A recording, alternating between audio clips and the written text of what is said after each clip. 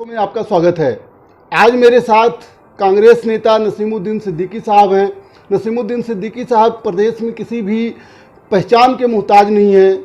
कई विभाग के मंत्री रहे हैं। आप नेशनल स्तर पर वॉलीबॉल प्लेयर भी रहे हैं।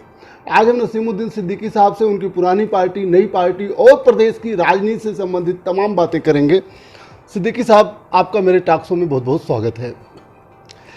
सबसे पहले तो मैं ये जानना चाह रहा था कि आज आप कांग्रेस में हैं, बसपा में आप बहन जी के बाद दूसरे नंबर पर थे। कांग्रेस की राजनीति आपको ज़्यादा इजी लगती है कि बहुजन समाज पार्टी की राजनीति आपको ज़्यादा इजी लगती थी? देखिए, इजी का सवाल नहीं है। जो इजी के चक्कर में रहेगा ना तो वो अपना भला कर पाएगा, ना समाज का, ना देश का। इजी का मतलब ये आराम से। जी। किसी ने कहा है कि आराम के दिन बीते ऐसी दुआ मत दो। एक काम तो बताओ जो आराम से होता हो। तो इजी का मतलब आराम। आराम मैंने कभी किया नहीं। मैं मिलिट्री में था तब भागता रहा, अपनी ड्यूटी के साथ, खेलने के साथ 20 किलोमीटर पर डे दौड़ता रहा। जी। बसपा में रहा तो 33 साल सिर भागता रहा। मैंने ईद, बकरीद, दशहरा, दिवाली, होली कभी अपने बच्चों के साथ अपने घर में नहीं मनाई, बल्कि क्षेत्र में, गांव में, किसी कोने में, यूपी के, उत्तराखंड के, बिहार के, दिल्ली के, कहीं किसी कोने में जहाँ थे, मैंने अपने बच्चों से कहा कि बेटा अगर मेरे साथ त्योहार करना है तो यहीं आ जाओ। मेरी वाइफ उनको लेकर के पहुंच गई तो पहुंच गई, नहीं तो वो अलग हम अलग। तो इजी कुछ नहीं है। इजी हर अपने आप को रफ एंड टफ जो बनाएगा वो आगे बढ़ेगा। अगर इजी होता तो हम नेशनल लेवल के वॉलीबॉल खिलाड़ी नहीं बनते। अगर इजी होता तो हम राजनीति में आगे मैं सर राजनीति में यही जानना चाह रहा था कि बहुजन समाज पार्टी की राजनीति जब आप करते थे तब आपके लिए ज्यादा सहूलियत थी या कांग्रेस की राजनीति में आपको ज्यादा सहूलियत? मैं सहूलियत चाहता ही, या विचारधारा की ही बात कर लेते हैं। विचारधारा देखिए अपनी अलग अलग है। बहुजन समाज पार्टी की जो विचारधारा थी वो पहले अपनी जगह थी, फिर बाद में बदली, फिर बाद में बदली, आज कुछ और हो गई। ये उनकी मर्जी है और जिसको मैंने जिससे मेरा संबंध नहीं है उनकी मैं कभी निकालने का आदी नहीं हूँ। अब वो जाने, उनका काम जाने। नहीं सर, वो चीज़ ठीक है। अच्छा सर, एक चीज़ बताइए, क्या ऐसी वजह रही है, नसीमुद्दीन सिद्दीकी साहब बताएं, कि मायावती जी का ऑडियो आपको वायरल करना पड़ा? देखिए, आपने शायद ध्यान दिया हो जी, मैंने शुरुआत नहीं की। ऑडियो वायरल करना आपने प्रश्न कर दिया। जी। अगर किसी के ऊपर झूठे आरोप लगे हैं जी, और वो आरोप की सफाई देता है ऑडियो के माध्यम से या वीडियो के माध्यम से या स्वयं खड़े होकर के सफाई देता है, तो उसका जन्मसिद्ध अधिकार है।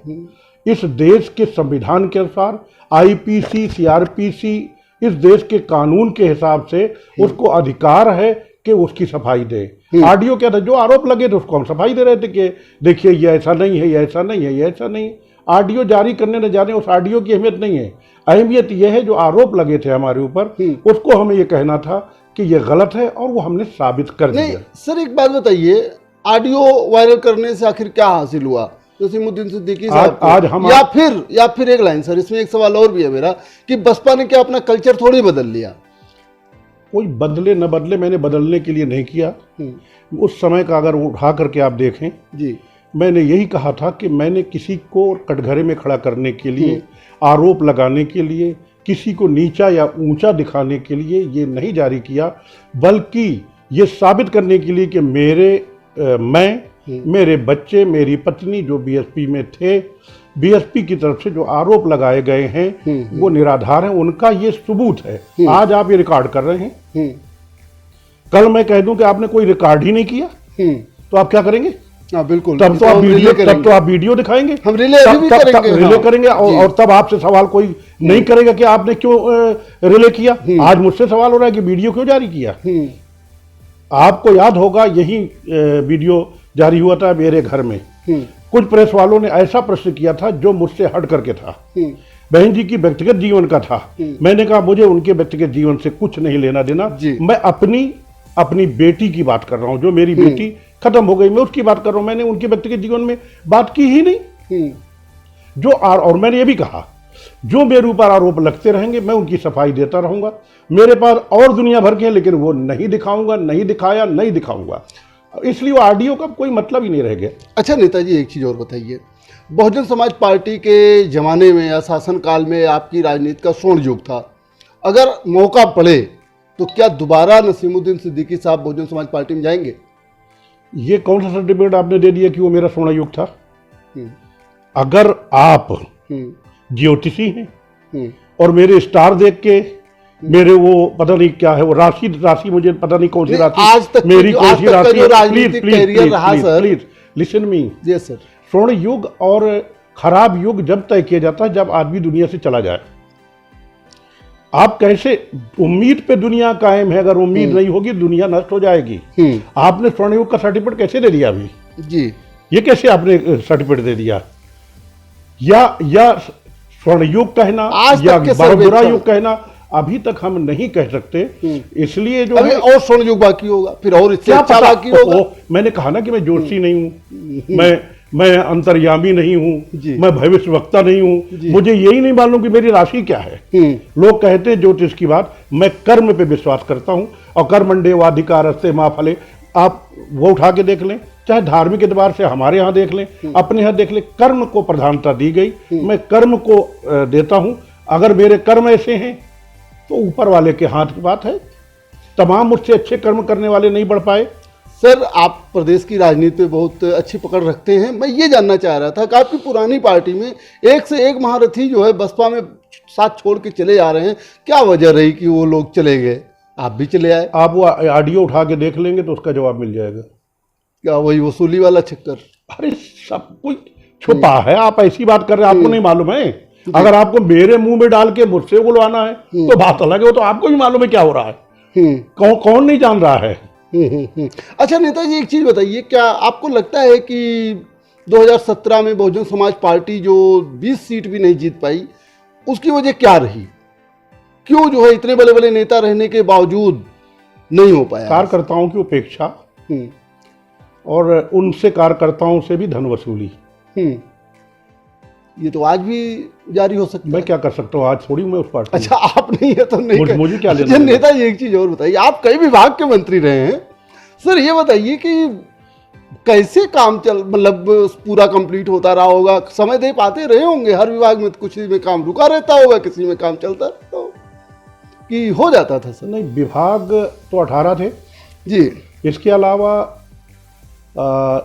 मैं उसको गलत ना बोल जाऊं कहीं कि मुझे सारे प्रोग्राम देखने थे, ऑल इंडिया के प्रोग्राम होते थे, और हैंडबिल, पोस्टर, कटआउट, झंडा, बैनर, लोगों के आने के लिए ट्रांसपोर्ट, उनका सारी चीज देखनी उनकी पड़ती थी। पार्किंग, उनके रुकने का इंतजाम, उनके खाने का इंतजाम, इसके बाद स्टेज का इंतजाम, साउंड का इंतजाम, कुर्सी का इंतजाम, शामियाना का इंतजाम, अरे!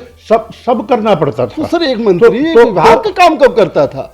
ये मत पूछिए। काम ऐसे करता था, सुबह मैं 6 बजे हमारे यहाँ नमाज होती है, बैठ जाता था, जी जी। और लोग जानते थे तो आ जाते थे। मैं उनको पानी पिलाता था, जो हमारे यहाँ बिस्किट मीठा, पानी पिलाया, काम बताओ। एक साहब ने मुझे 3 पेज का एक एप्लीकेशन दी, अब कैसे काम करता था मैं बता देता हूँ। एक साहब ने मुझे 3 पेज की एप्लीकेशन दी और कहने लगे साहब इसमें कार्रवाई करा दीजिए। मैंने 2 सेकंड एप्लीकेशन देखी और मैंने उनसे कहा ठीक है काम हो जाएगा।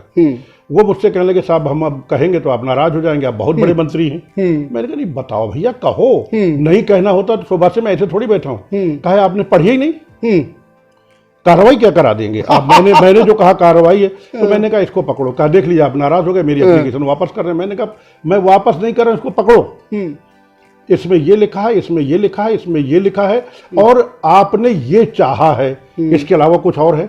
कहा साहब आपने पढ़ कब लिया? मैं कहा अगर मैं एक एप्लीकेशन में इतना टाइम लगाऊंगा तो ये सब करने के बाद बाकी तो मेरा काम करने का तरीका अलग था। लोग कहते हैं क्या हथेली में सरसों जमाना है, बस आप समझ लीजिए। अच्छा नेताजी, एक चीज और बताइए, आज की तारीख में क्या आपको लगता है कि चुनाव को ईवीएम प्रभावित करता है या भाजपा की आक्रामक जो ध्रुवीकरण की नीति है उससे कोई फर्क है? दोनों। ईवीएम का भी चक्कर है और ये जो जातीयता की राजनीति हो रही है इसकी मैं निंदा करता हूं। मैं सारे धर्मों का सम्मान करता हूं। बिल्कुल। आपको अभी प्रमाण दे देता हूं। जब मैं सारे धर्मों का सम्मान करता हूं तो सारे ग्रंथ पढ़ता हूं। मेरे घर में चारों वेद हैं। बिल्कुल। अभी कहेंगे तो मंगा के दिखा नहीं दूंगा। नहीं ठीक है। ऋग्वेद, सामवेद, अथर्ववेद, यजुर्वेद, श्रीमद् भागवत गीता, रामचरितमानस, तुलसीदास जी के जिले का मैं रहने वाला हूँ। मर्यादा पुरुषोत्तम भगवान राम जिस जिले में 14 बरस वनवास काटे उसमें मैं पैदा हुआ हूँ जी। उसमें मैं पैदा हुआ हूँ। मैंने बाइबल पढ़ी, कुरान पढ़ी, हदीस पढ़ी, गुरु ग्रंथ पढ़े जी। और सबसे पहले ब्रह्मा जी ने जो सृष्टि की रचना की, मैं उदाहरण दे रहा हूँ आपको, वो ऋग्वेद के 10वें मंडल के पुरुष सूत्र के 90 नंबर के श्लोक थे। ऋग्वेद के 10वें मंडल के पुरुष सूत्र के 90 नंबर के श्लोक पे चारों वर्णों का वही जिक्र क्या हुआ। क्या कैसे जिक्र हुआ? ब्राह्मणो वस्य मुखामासी बाहु राजन करता उरु तद वैस पदाभ्याम शूद्रो। यस। आगे चल के आप आ जाइए, फिर आगे लिखा कि दैवाधीनम जगत सर्व मंत्राधीनम चादेवता ते मंत्रा ब्राह्मणाधीनम तस्माद ब्राह्मण देवता। एक नहीं, मैं तो एक जगह चला गया, मंत्री था, उद्घाटन होना था, उनका इनाग्रेशन होना था, पंडित जी बैठे थे, वो श्लोक पढ़ रहे थे। उन्होंने कहा नारियल फोड़ दिया, हमने फोड़ दिया, हमारे उसमें उन्होंने टीका लगा दिया, ठीक है। इसके बाद उन्होंने गणेश वंदना शुरू की, उमासुतम शोक विनाश कार्यक्रम नमामि विघ्नेश्वर पाद पंकजम। मैंने कहा, जब सब निपट गया तो मैंने कहा पंडित जी ये आपने क्या पढ़ा? कहा गणेश वंदना पढ़ी। तो मैंने गणेश वंदना जहाँ से आपने पढ़ी यहीं से है क्या और कुछ है? और पहले भी आगे तो है कि गजानन भूत गणाति सेवितम कपित जम्बू पर चारु बच्चों, फिर है उमासुतम शोक विनाश। कहा वो शीघ्रता थी ना। मैंने कहा आपको शीघ्रता थी कि मुझे? तो इसमें बीजेपी की राजनीति कहाँ से? इसके बाद मैं उसी पे बता रहा हूँ, बीजेपी की राजनीति का मतलब नहीं। यहाँ पे दूसरी चीज मैं साबित करना चाहता हूँ। अगर मुस्लिम संस्कृत के श्लोक सम्मान में पढ़ सकता है तो एक नहीं 25 हिंदू मैं आपको दिखा दूं जो कलाम पाक लिखते हैं। हाँ बिल्कुल बिल्कुल। अब लाल लाल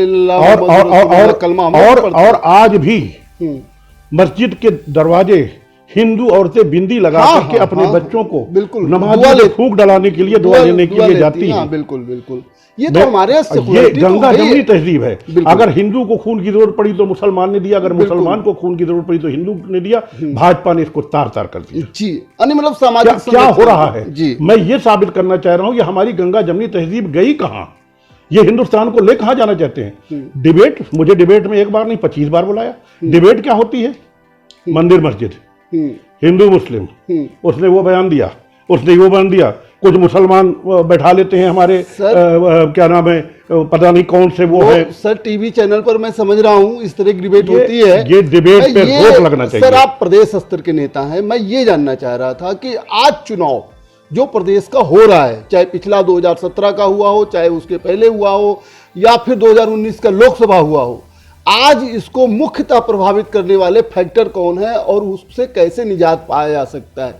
जब तक मोदी जी झूठ बोल बोल करके लोगों को गुमराह करते रहेंगे जी, भारतीय जनता पार्टी का जातीयता का, हिंदू मुस्लिम का जहर घोला जाता रहेगा। और इस जहर को जब तक हमारे देश के नागरिक नहीं समझ, एक दिन समझेंगे, नहीं समझ ले सकते, और जब तक मोदी जी को नहीं समझ जाते तब तक भाई ये सब चलता रहेगा। अच्छा नेताजी एक चीज बताइए, सन 2017 में कांग्रेस पार्टी ने समाजवादी पार्टी से गठबंधन किया था, तब आप जो है बहुजन समाज पार्टी में थे। अब आप कांग्रेस पार्टी में 2022 में क्या कांग्रेस पार्टी को किसी गठबंधन में जाना चाहिए या उसको अकेले चुनाव लड़ना चाहिए, आप कांग्रेस नेता के रूप में? देखिए ये फैसला नेतृत्व को लेना है, पॉलिसी मैटर है जी, इसमें मुझे बोलने का अधिकार नहीं है। आप प्रदेश स्तर के नेता हैं, पॉलिसी मैटर में मैं नहीं बोल सकता भाई। पॉलिसी जो मेकिंग जो डिसीजन है उसकी आज मीटिंग हो रही है, कौन से इशू है वो सामने आपके आ जाएंगे। CWC की आज मीटिंग हो रही है जी। अच्छा नेताजी रहने वाले हैं, बुंदेलखंड आपका पूरा क्षेत्र रहा है और कई जिलों का क्षेत्र है। मैं ये जानना चाहता हूँ, आप इतने बड़े बड़े मंत्री भी रहे हैं, अपने शासनकाल में बुंदेलखंड में कौन से ऐसे काम करवा दिए कि आज वहाँ कोई समस्या नहीं है या आज वहाँ समस्या है? देखिए कराने के बाद भी इससे पहले जो सरकार थी प्रदेश में उसकी नीयत की वजह से और अभी जो सरकार है उसकी नीयत की वजह से जो कराए गए उसका सही लाभ वहाँ के लोगों को नहीं मिल रहा है। उदाहरण के तौर पे 11,000 करोड़ की एग्रीकल्चर यूनिवर्सिटी बनाई गई,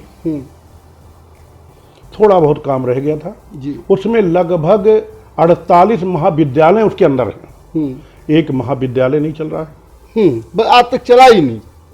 चला ही नहीं आज तक। क्या वजह रही सर? अरे नियत भाई, सवाल ये है कि नसीमुद्दीन सिद्दीकी ने बनाया था इसको, अपने मंत्री रहने के दौरान ही आपने उसको क्यों नहीं कंप्लीट करवाया? समय नहीं मिला ना इतना, बनवा डाला, वहां पर शुरुआत कर दी, बाकी वो प्रोसेस में था जी। अब ये है वृक्षारोपण हो रहा है उसमें घपला, भर्ती हो रही है उसमें घपला, बड़े पैमाने पे क्या चल रहा है मैं क्या बताऊं। लेकिन उसके बाद भी एक लाभ जरूर मिला कि इस कोरोना के महामारी में उसको क्वारंटीन सेंटर बनाया गया, कुछ तो लाभ मिला।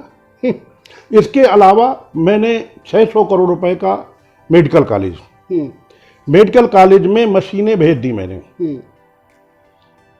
ये MRI मशीन और CT स्कैन मशीन, जितनी मशीनें हैं सब भेज दी जी। भेजने के बाद आज तक वो सील हैं, उनकी सील नहीं खुली क्योंकि ऑपरेटर ही नहीं। आज तक ऑपरेटर उन्होंने नहीं रखा। अरे हमको टाइम नहीं मिला, तुम रख लेते। इतना अच्छा मेडिकल कॉलेज शायद यूपी में कहीं हो। सर बुंदेलखंड उसको जीरो कर दिया, वहां डॉक्टर नहीं, वहां सुविधा नहीं, वहां कुछ भी नहीं, सारा पैसा बर्बाद। अरे भाई मुझसे बदला लेना है, मुझसे लो, जनता से क्यों ले रहे हो भाई? नहीं नेताजी, मैं ये जानना चाह रहा था कि बुंदेलखंड के 12 जिले में आज बेसिक चीज की कमी है, सिंचाई की। वहां 12 जिले आप MP UP की मिला के कह रहे हैं क्या? जी। UP MP की मिला के कह रहे हैं कि यूपी भर की कह रहे हैं? मैं दोनों मिला के कह रहा था। हमसे MP से क्या मतलब? चलिए यूपी के ही जितने जिले हैं, सात या 8 जितने जिले हैं, 7 हैं, वहां जो बेसिक समस्या है, पानी की समस्या, सिंचाई की समस्या, पूरे बुंदेलखंड की बात कर रहा हूं, बंजर जमीन, ऊसर निर्माण की समस्या, ये सब चीजें जो बेसिक नहीं पूरी हो पाई हैं सर। देखिए हमने पैरा मेडिकल नहीं था झांसी, उसमें मेडिकल कॉलेज में हमने पैरा मेडिकल दिया जी। अब आपने सिंचाई की बात कही जी। मैं मानता हूं बुंदेलखंड में पानी की दिक्कत है जी। ये एग्रीकल्चर यूनिवर्सिटी क्या है? एग्रीकल्चर यूनिवर्सिटी और ये महाविद्यालय क्या है?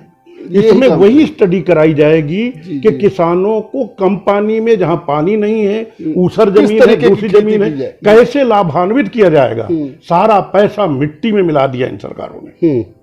सारे MLA बुंदेलखंड के 19 के 19 भाजपा के हैं, सारे MP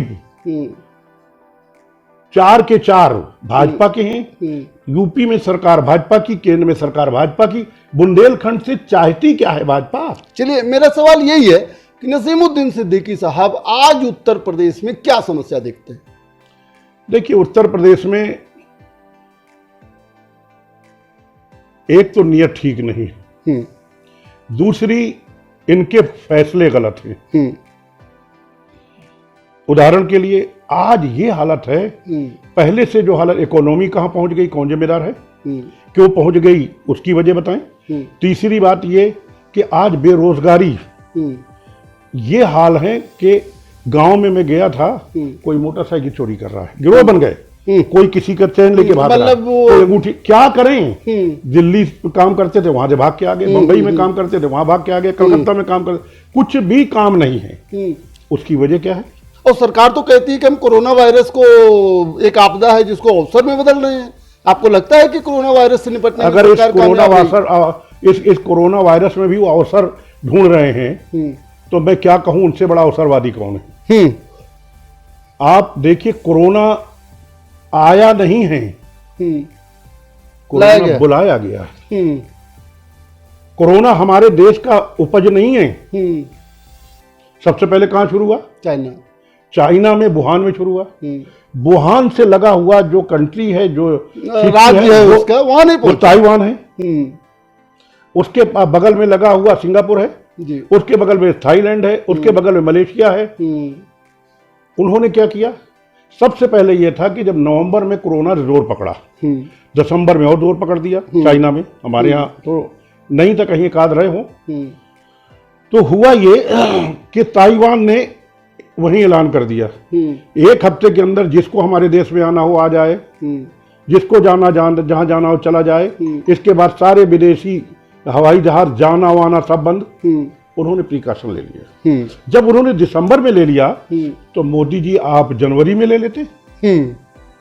जनवरी के बजाय आप मार्च में नमस्ते ट्रंप कर, फरवरी में सॉरी फरवरी लास्ट में नमस्ते ट्रंप कर रहे हो। क्या है भाई ये? क्या है ये? नमस्ते ट्रंप में आपने लाखों आदमी इकट्ठे किए जी। तैयारी क्यों नहीं की आपने उस टाइम पे?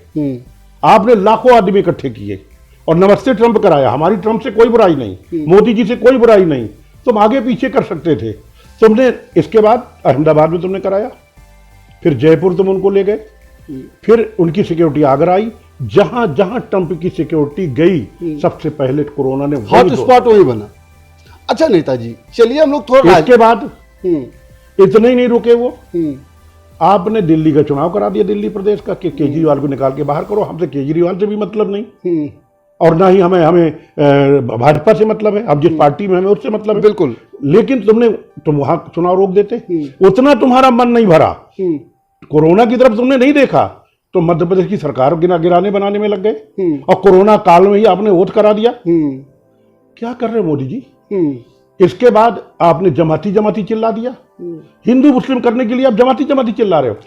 अभी कल है कि परसों बंबई हाई कोर्ट ने ये कहा कि बिल्कुल गलत है जमाती। तो मैं नहीं कह रहा हूं, बंबई हाई कोर्ट कह रहा है बिल्कुल गलत है, ये आरोप है और दूसरे के ऊपर मढ़ा गया, सरकार ने बढ़ा। इससे पहले चेन्नई हाई कोर्ट कह चुका है, इससे पहले चेन्नई हाई कोर्ट कोई छोटी चीज नहीं है, मेरे घर में नहीं बनाया गया। कांग्रेस ने हाई कोर्ट अपने घर के अपने मतलब के लिए जज नहीं वहां बैठा रखे हैं, लेकिन हाई कोर्ट ये कह रहा है कि झूठा आरोप है। अरे कमाल कर रहे हो मोदी जी, ये तो मीडिया का प्रोपोगेंडा। आपको सीधा सा ये करना चाहिए था, आपको सीधा सा ये करना चाहिए था। आपने दिहाड़ी मजदूरों को छोड़ दिया, वो ट्रेन की पटरियों में कट के मर गए, वो रास्ते में भूखों मर गए, लड़कियां रिक्शे चलाते चले जा रहे, भूखे प्यास से दूध पीते बच्चे, दूध नहीं मिला वो मर गए। यहाँ पे औरैया में जो है ट्रक पलट गया, वहां मर गए। हजारों लोग भूख से मर गए जितना कोरोना से नहीं मरते। फिर कोरोना उनके आने से कोरोना और फैला था। क्या जैसे ही वुहान में शुरू हुआ ताइवान ने एक्शन लिया। अरे उसके 1 महीने बाद तुम्हें यह करना चाहिए कि जिसको जहां जाना है 1 हफ्ते का टाइम है जी, 8 दिन के अंदर विदेश से आ जाएं या विदेश चले जाएं। हाँ। जिसको जहां जाना है चले जाएं, हम स्पेशल ट्रेन लगा दे रहे हैं। उसके बाद लॉकडाउन करना था। और लॉकडाउन में जब कांग्रेस ने 1000 बसें दी तो लेकर के आ गया कि साहब वो मोटरसाइकिल का नंबर है, वो इसका नंबर है, वो उसका नंबर है। अरे यार सब मोटरसाइकिल के नंबर थे। अरे मांगे गए ट्रांसपोर्टर से, अगर कुछ दे दिया उन्होंने तो हम नहीं, जितना सही थे उतना नहीं कर पाए। अरे आरोप लगाना अपनी कमी को छुपाने के लिए ये आप सब कर रहे हो। कांग्रेस कोई सरकार का पैसा नहीं लगा रही थी, तुम तो सरकार का पैसा लगा रहे हो। चलिए सर हम लोग राजनीति पर भी थोड़ी बात कर लेते हैं क्योंकि आपके पास समय कम है। ये बताइए नसीमुद्दीन सिद्दीकी जी अगला विधानसभा चुनाव कहां से लड़ेंगे, बिजनौर, बांदा या हमीरपुर? ये अभी मुझे ही नहीं मालूम। लड़ेंगे पार्टी के ऊपर है। देखिए बीएसपी ने मुझे शुरू में पहली बार चुनाव लड़ाया, जीवन में पहली बार ऐसी जगह से लड़ाया कि उस जिले से आज तक कोई मुसलमान मेरे बाद न मेरे पहले कभी कोई जीता ही नहीं। बिजनौर में तो 5-6 लाख मुस्लिम थे, वहां देखिए वहाँ दूसरी चीज चल गई। मैं मुसलमान की बात नहीं कर रहा हूँ, मैं कह रहा हूँ वहां से कोई जीता नहीं। पहली बार लड़ा, पहली बार में जीत गया। फिर उन्होंने कहा नहीं भाई आपके चुनाव लड़ने थे, नुकसान होता है, आप संगठन देखो। चलो भाई हम संगठन देखने लग गए। अब पार्टी को तय करना है कि मुझे चुनाव लड़ाने से पार्टी को फायदा है या चुनाव लड़ने से पार्टी से को फायदा है। अच्छा नेताजी एक चीज और बताइए, आज कांग्रेस का जो संगठन है वो जमीन स्तर पे मजबूत नहीं दिखता। एक कांग्रेस नेता के रूप में आप उसका क्या कारण मानते हैं? हमने इस बारे में काफी, मैं सलाहकार हूँ जी, प्रियंका जी क्या जी, हमने इस बारे में काफी कुछ बात की है जी, और कल हमारी इस बारे में इम्पोर्टेंट मीटिंग पीसीसी में होने जा रही है जी। हम उसको शुरू किए हैं, लेकिन अभी संतोषजनक नहीं, हम अभियान चलाने जा रहे हैं। अच्छा नेताजी एक चीज और बताइए, प्रियंका गांधी जी का नाम आपने लिया, क्या प्रियंका गांधी के उत्तर प्रदेश में सक्रिय होने से कांग्रेस मजबूत होगी? हाँ कि हुई है? अब ये आप बताइए। अब आप ये बताइए, अभी कुछ दिनों पहले बाई इलेक्शन हुए 11 सीटों पे। बीएसपी 2017 में तीसरे नंबर पे थी, हम 5वें नंबर पे थे। बीएसपी चौथे पे पहुंच गई, हम तीसरे पे पहुंच गए।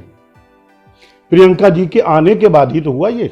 अच्छा नेताजी एक चीज बताइए, आजकल सारी पार्टियां, चाहे वो कांग्रेस हो, बीजेपी हो, बहुजन समाज पार्टी हो, समाजवादी पार्टी हो, ये सब एक ब्राह्मण राजनीति पर ज़्यादा फोकस कर रहे हैं।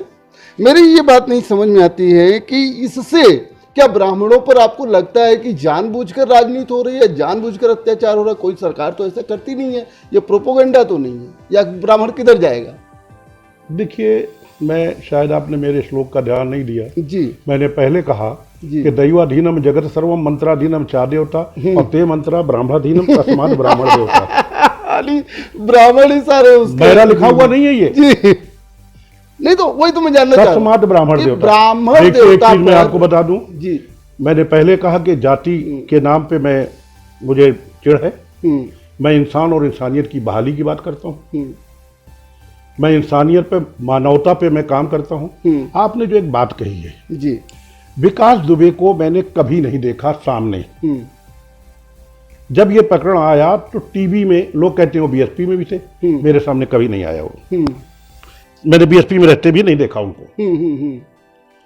मुझे विकास दुबे के मैं टोटल खिलाफ हूं। उसने जो किया इतना घृणित कृत है कि उसकी मतलब कोई निंदा की जाए, जितनी उसको सजा मिलती मिल जाती। हाँ। लेकिन सजा तो देश के कानून के हिसाब से मिलेगी ना।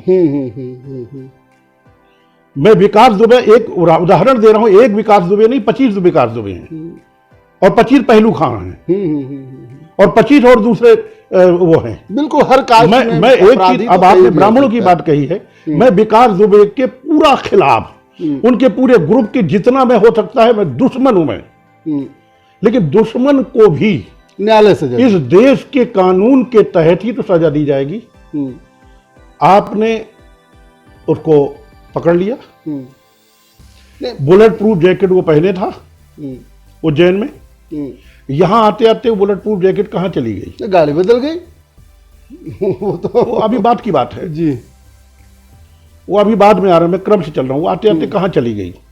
वो क्रिमिनल था, उसको कोर्ट जो है सजा मौत देती, फांसी पे चढ़ाती या आजीवन कारावास करती, कुछ भी करती।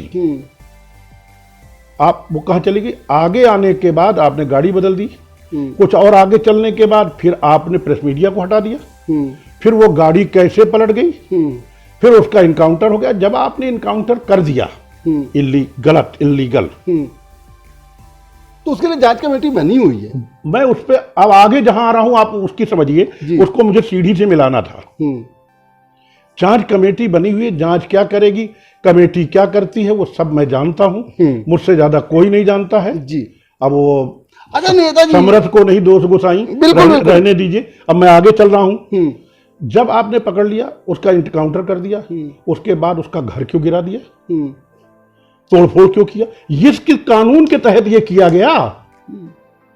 उसका घर जो गिराया गया, मैं उसके सख्त खिलाफ हूं। उसे सजाए मौत मिलनी चाहिए थी। तुमने मौत दे दी, कोर्ट से उसको सजाए मौत मिलनी चाहिए थी। बिल्कुल, मैं भयंकर नाराज हूं, भयंकर खिलाफ हूं। और मेरा भाई भी होता तो मैं उसके लिए भी। तो आपको क्या लगता है कि आज ब्राह्मण समाज जो है वो जी भी तो डोरे डाल रही है, अखिलेश यादव जी भी तो डोरे डाल रहे हैं, कांग्रेस कहती है कंपटीशन चल रहा है, परशुराम भगवान की मूर्ति कौन बड़ी बनवाएगा, अभी तक नहीं चला। तो इसमें तो क्या, ये तो अंडरस्टूड है, क्यों चल रहा है, कौन चला रहा है, कैसे चल रहा है, कभी गठबंधन अच्छा है, नेताजी, कभी कंपटीशन है। आप आज एक चीज बता दीजिए, बहन जी ने कल एक दिन ट्वीट भी किया था, आप बहुजन समाज पार्टी में थे, क्या तिलक तराजू और तलवार का नारा कभी बहुजन समाज पार्टी ने दिया था? आप खुलासा कर ही दीजिए। देखिए, एक चीज मैं बता दूं जी, मेरी बहन जी से कोई बुराई नहीं। मेरे समय में किसी बसपा के आदमी ने तिलक तराजू और तलवार का नारा कभी नहीं लगाया। मतलब बहन जी सही कह रही हैं, ये मैं अपनी बात कर रहा हूं, मैं आगे पीछे बात नहीं कर रहा हूं। जब तक मैं बसपा में रहूं, मैंने कभी किसी से नहीं सुना। मैं बसपा के फेवर में नहीं हूं, मैं बसपा के फेवर में नहीं बोल रहा हूं, ना बसपा के खिलाफ बोल रहा हूं। आपने सवाल किया है, मेरे कान में कभी ये नारा अच्छा नहीं आया। नेता, एक चीज और बताइए, अभी आपने बसपा का जिक्र हुआ, बसपा से संबंधित सवाल तो हम बहुत पूछ चुके हैं, पूछना भी नहीं है अब हमको आगे। अगर मौका मिला तो क्या नसीमुद्दीन सिद्दीकी फिर बहुजन समाज पार्टी के नेता बनेंगे? नसीमुद्दीन सिद्दीकी कभी कोई पार्टी नहीं छोड़ते और ना ही छोड़ेंगे। यानी रास्ता खुला हुआ है। आपने समझे नहीं बात? हम्म नसीमुद्दीन सिद्दीकी कभी कोई पार्टी नहीं छोड़ते, ना छोड़ी है और ना छोड़ेंगे। यानी बसपा आपने छोड़ी नहीं है ना, बसपा के सदस्य आज भी आप हैं। आप समझ ही नहीं रहे बात। मैं सदस्य नहीं हूं, लेकिन मैंने नहीं छोड़ी। यानी आपको निकाल दिया गया, आप ये कहना चाहते हैं? बस मैं कभी किसी के साथ गद्दारी तो नहीं फिर दोबारा अगर मौका लगे तो आ भी सकते हैं। मैं जब बसपा के साथ गद्दारी नहीं की तो कांग्रेस के साथ गद्दारी क्यों नहीं? करूंगा? ऑडियो वायरल हुआ था तो बसपा वाले तो यही कहते हैं ना कि क्या कहते? आपने गलत किया था, अपने अध्यक्ष का ऑडियो नहीं वायरल करना चाहिए। कोई बसपा वाले नहीं कह सकते। वो बहन जी को करने के लिए कोई भी कह दे, कोई नहीं कह सकते। अच्छा, नेता 365 बसपा वाले मेरे पास रोज आते हैं और रहने दीजिए। अच्छा चलिए, बहरहाल नहीं जाना नेता जी, अच्छा आप बताइए, मेरे 2-3 सवाल और हैं, ज्यादा नहीं, बहुत समय आपका लिया। कांग्रेस का आधार वोट क्या है? जैसे बसपा के पास आधार वोट है, सपा के पास आधार वोट है, बीजेपी के पास आधार वोट है, कांग्रेस के पास आधार वोट बैंक क्या है? देखिए, माफ कीजिएगा, जातीयता के आधार पर जो राजनीति करेगी उसकी एक बिरादरी या 2 बिरादरी का आधार वोट होगा। जैसे उदाहरण भी दे दिए। रुक जाइए। और जो सेकुलर सबको लेकर के चलेगा उसका हर समाज का आधार वोट होगा। कांग्रेस जब तक सत्ता पे रही क्या आधार वोट था? कहने को तो लोग कहते हैं कि ब्राह्मण था, दलित था, मुसलमान था, दलित था। मैं कहता हूं कि ये तो था ही, सब थे, सब समाज थे। कोई कम रहा, कोई ज्यादा रहा। और जब कांग्रेस की सत्ता थी तो ये वही भारतीय जनता पार्टी है। 1900, मेरे कहने से नहीं, पार्लियामेंट का रिकॉर्ड उठा के देख लीजिए। 1984 से लेकर 1989 तक पूरे देश में 2 MP होते थे। स्वर्गीय अटल बिहारी वाजपेयी जी, मैं उनका सम्मान करता हूं, और लाल कृष्ण आडवाणी जी। बाकी सबकी जमानतें जब्त हो गई थी। ये वही भारतीय जनता पार्टी। तो संघर्ष की बात है ना। लेकिन कांग्रेस पार्टी की इतनी पोजीशन तो नहीं खराब हुई है। जब तक हम सब मिलकर के कांग्रेस पार्टी को वोट देते थे तब तक हम सब खुश थे। आज जितने हम परेशान हैं, मैं नहीं, मुसलमान की बात नहीं करो, हम का मतलब मुसलमान नहीं, मैं समझ रहा हूं सर, आप हर चीज जानते हैं। आप जितनी आस्था इस्लाम में रखते हैं उससे ज्यादा आस्था आप हिंदू धर्म में भी रखते हैं और धर्मों में भी रखते हैं। मैं एक चीज जानना चाह रहा था कि मुस्लिम राजनीति आज की डेट में प्रदेश में दरकिनार है।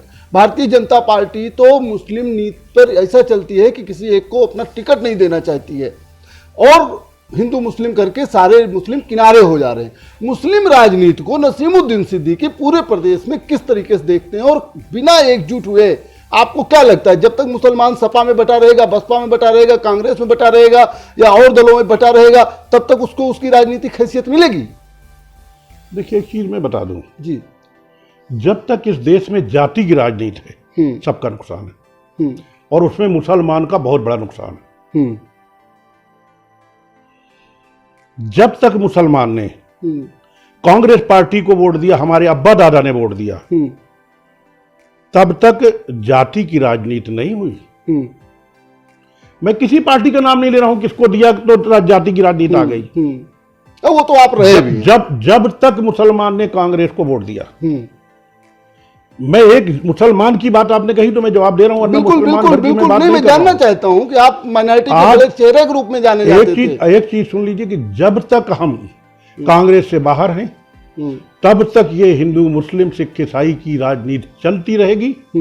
जैसे ही हम कांग्रेस में आए, भाजपा भी धड़ाम और ये जातीयता की राजनीति भी धड़ाम हो या ना हो, इसका बहुत अस्तित्व नहीं रह जाएगा। अच्छा नेताजी, एक चीज बताइए, प्रदेश में तमाम छोटे छोटे दल हैं जिसमें एक भागीदारी मंच बना है, उसमें तमाम दल है और बांदा के ही आपके बाबू सिंह कुशवाहा साहब उधरी बुंदेलखंड से बिलोंग करते हैं।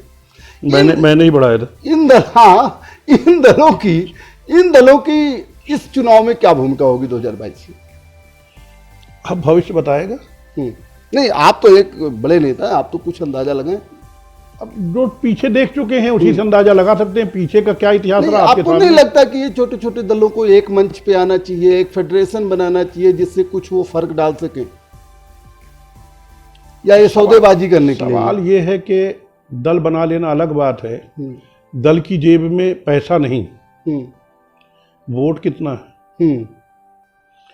ऐसे तो कई सौ दल बने हैं, क्या करेंगे, अब रोज दल बनते हैं, मेरे पास रोज फोन आते हैं कि भाई वो उनसे बात करा दीजिए, हम उत्तराखंड के हैं, उत्तराखंड में वो हैं, वो राष्ट्रीय अध्यक्ष हैं, कांग्रेस से ये करा दीजिए, कांग्रेस से इतनी सीटें दिला दीजिए। तो तमाम हर कोई तमाम, और किसको रोका जा सकता है, बनाए दल।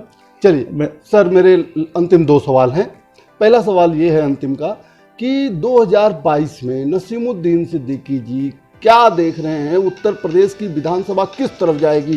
किसी एक पार्टी को स्पष्ट बहुमत मिलेगा, या हंग होगी, या फिर और कुछ बदलाव होगा? अभी ये कहना जल्दी है, क्योंकि लगभग अभी 1.5 साल से ज़्यादा का समय है, और समीकरण तो 1 महीना पहले बदल जाते हैं। समीकरण 1 महीना पहले बदल जाते हैं। आपसे अगर ये पूछूं मैं, 2014 में पूर्ण बहुमत की सरकार आई थी बीजेपी की केंद्र में, क्या चुनाव के 3 महीना पहले कोई कह सकता था कि मोदी जी की सरकार आ रही? 2017 में भी चुनाव के पहले हो रहा था कि बहन जी सरकार बनाएंगी, नसीमुद्दीन सिद्दीकी साहब मंत्री बनेंगे, 20 सीट तो नहीं। इसलिए 1.5 साल पहले कैसे बताया जा सकता है भाई? उस समय कौन सी ऐसी चीज चल जाए, और फिर भाजपा इसमें माहिर है,